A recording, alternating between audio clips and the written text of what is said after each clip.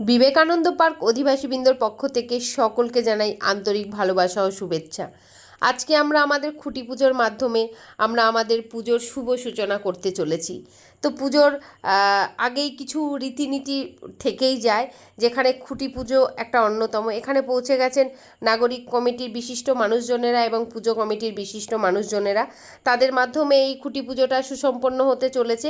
বাইরে একদম ঝিরঝিরি করে বৃষ্টি পড়ছে, তো তাও সবাই ছাতা নিয়ে পুজো বলে কথা, এটা তো একদমই মিস করা যাবে না। তো এখানে সেক্রেটারি এবং সভাপতি মিলে খুঁটি পুজোটা সুসম্পন্ন করলো।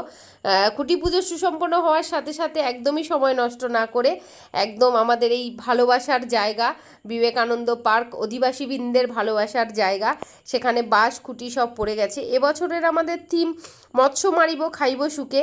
সুন্দরবনের জীবিকাটাকে আমরা একটু আলাদাভাবে তুলে ধরার চেষ্টা করেছি।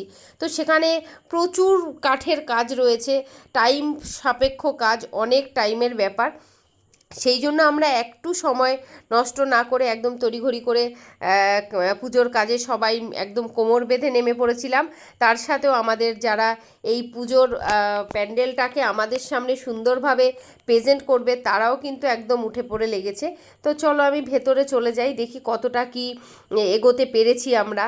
তো মোটামুটি কাঠের স্ট্রাকচার যেগুলো, সেগুলো মোটামুটি রেডি হয়ে গেছে 80%। বাকি এখনও 20% কাজ, একদম সূক্ষ্ম সূক্ষ্ম কাজগুলো বাকি রয়েছে।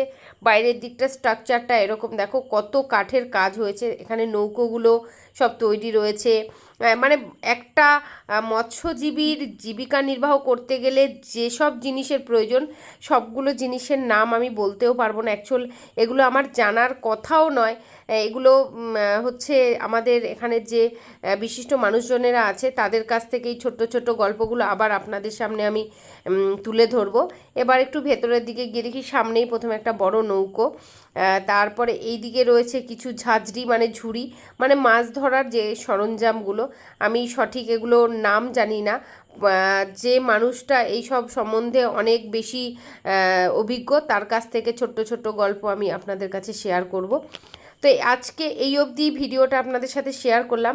এরপরে আবার যতটা অবধি পৌঁছচ্ছে আমি একটু একটু করে সবার সাথে শেয়ার করার চেষ্টা করছি। যদি ভালো লাগে অবশ্যই একটুখানি পাশে থাকবেন। আর এই দাদারাও খুব মনোযোগ দিয়ে কাজ করছে, একদম প্রাণপণে চেষ্টা করছে সুন্দরভাবে এটা ফুটিয়ে তোলার।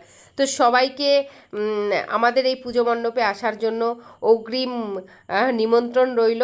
সবাই ভালো থাকবেন।